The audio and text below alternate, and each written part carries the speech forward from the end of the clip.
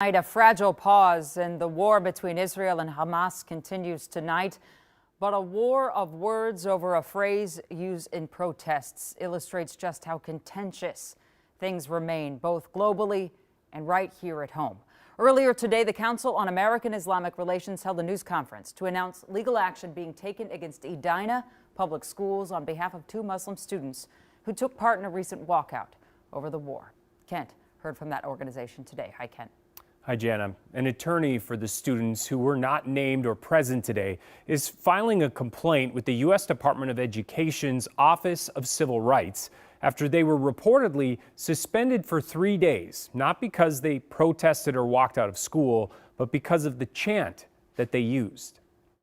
Edina High School authorities and school authorities accused them of being anti-Semitic on the basis of using the chant during the walkout of "From the River to the Sea, Palestine will be free." Minneapolis attorney Bruce Nestor says he's now taking legal action in hopes of getting those Edina students' suspensions rescinded because he says that 10-word phrase has been widely used and misunderstood. That is a slogan that is used by elected representatives here in the United States. It is used by hundreds of thousands of demonstrators in support of the aspirations of the Palestinian people for freedom. But controversy has often followed it. Representative Rashida Tlaib was formally censured by the House earlier this month, in part because she used the phrase. And several Jewish groups, including the Anti-Defamation League, do consider it anti-Semitic, writing, "It is fundamentally a call for a Palestinian state extending from the Jordan River to the Mediterranean Sea, territory that includes the state of Israel, which would mean the dismantling of the Jewish state." Though Edina Public Schools won't comment directly on the students or suspensions, in a statement to KARE 11, a spokesperson wrote, "The district would like to affirm its unwavering support for students' First Amendment right to free expression and to peacefully advocate for causes that are important to them." Similarly, the district has strong policies prohibiting any type of discrimination against students based on their religion or any other basis protected under the Minnesota Human Rights Act. Students do not have unfettered First Amendment rights while on school property, and students do not have a right under the First Amendment to engage in speech that is substantially disruptive or that violates district policies. There's no evidence of an intent to harm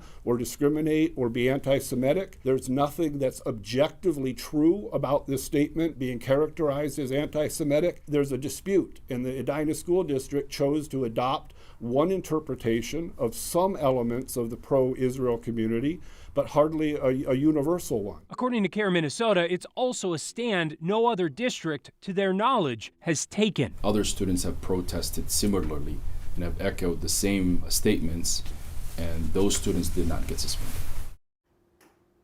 During the news conference, the attorney you heard from there also took issue with the Edina schools releasing a statement after the October 7th attack on Israel, acknowledging Jewish students' pain and trauma.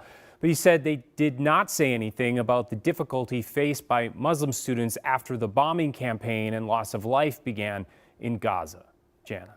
Kent, a couple of things. That attorney said that a lot of people don't find that anti-Semitic. And we know there are groups out there who have said so in our midst, the Jewish Community Relations Council and several others.